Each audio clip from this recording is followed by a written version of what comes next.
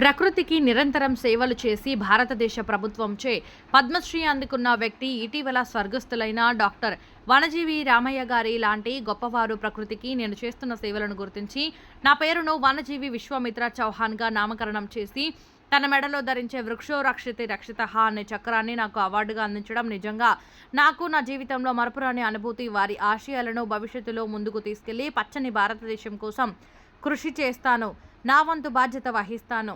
జోహార్ వనజీవి రామయ్య, జోహార్ జోహార్. వృక్షో రక్షిత రక్షితః. Vishwamitra Chauhan, walk for trees. వన సంరక్షణలో నా తర్వాత నా వారసుడు ఈ విశ్వామిత్ర చౌహాన్ అనే బాలుడి.